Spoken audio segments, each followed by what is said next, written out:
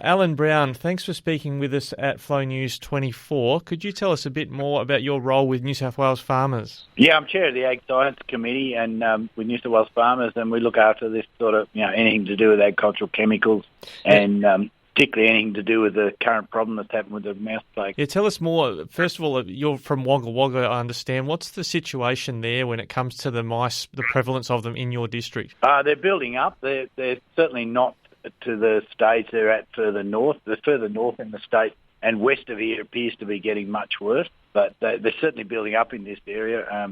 But they're very much at the nuisance level, but in other parts of the state, particularly north and northwest and to the west, they've become an absolutely serious problem. Yep, and that's result. And that's where I understand the New South Wales farmers have put out a call for a couple of supports from government. You want to talk to us about the chemical side of it first? Yes. Well, what we've asked for is an emergency use permit so farmers can have their own grain coated with zinc phosphide. At the moment, the only way you can use it is a product called Mouse Off, where you use sterilised grain which is coated with zinc phosphide. It's very effective on mice because it produces phosphine gas, kills the mice in seconds, and then the gas dissipates to the atmosphere, so there's no residues.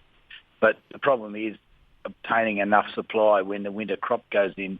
So what we're asking for is an emergency use permit so farmers can take their own grain in, have it coated, and then go and sprinkle it on the ground immediately after sowing. Yeah. Mice are usually starving at sowing time because a lot of residue gets covered up with the sowing operation. And the Mouse Off is readily taken up, and there's obviously no problem if they're using the same seed as they're sowing. Yeah, you need 1 kilo per hectare. It's a very, very low rate. So, but the cost of using Mouse Off at present, particularly by aircraft, is very high. I see. So there's certainly some issues there, and I've heard some horror stories further north. Like one fellow I heard of who had a crop of grain sorghum, and he put the plane over it 5 times and still lost the entire crop. Oh, geez. So he's lost about $300,000 worth of crop. And so with the winter cropping, how close are they in your district to getting that in the ground? That's the concern Wayne Phillips mentioned on our morning show this morning, that the mice could undo that work after a good season the year before. Very much so. And the long season winter crops are going in now. Because we've got favourable moisture conditions. We've had really good rain, so the long season canola's going in, the winter wheats are going in, and that's when the problems occur because the mice, if there's a lot of mice around and there's not much food there, they'll run along the drill rows and dig the seed up and eat it. And there's a real problem with minimum till, which everyone's encouraging because of less soil damage, but the downside is the mice can find the seed very readily. Yeah, I see. And I understood there's something else New South Wales farmers are also asking the government to help with. Is it a financial package of some sort? Yes, we're looking for assistance because the cost of dealing with the mice plague on this problem is on this scale is well beyond the capability of most farmers.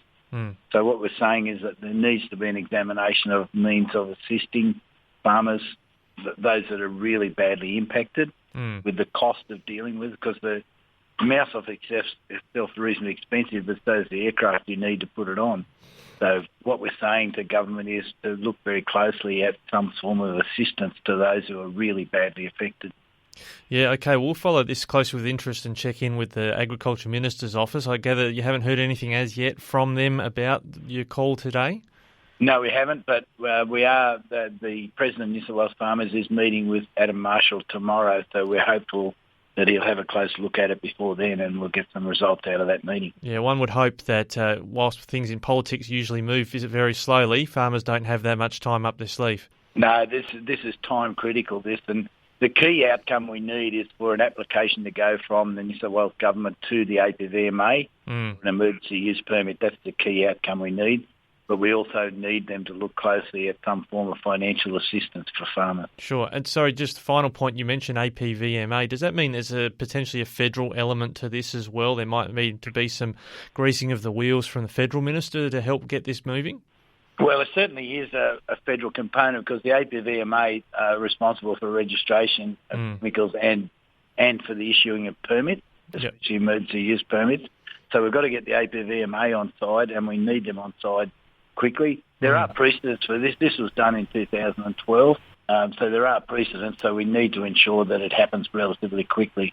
So we need state and federal governments to cooperate and make sure that this is seamless and gets done so that farmers can operate in a timely manner. All right, thanks, Alan. Thanks very much for speaking with Flow News 24.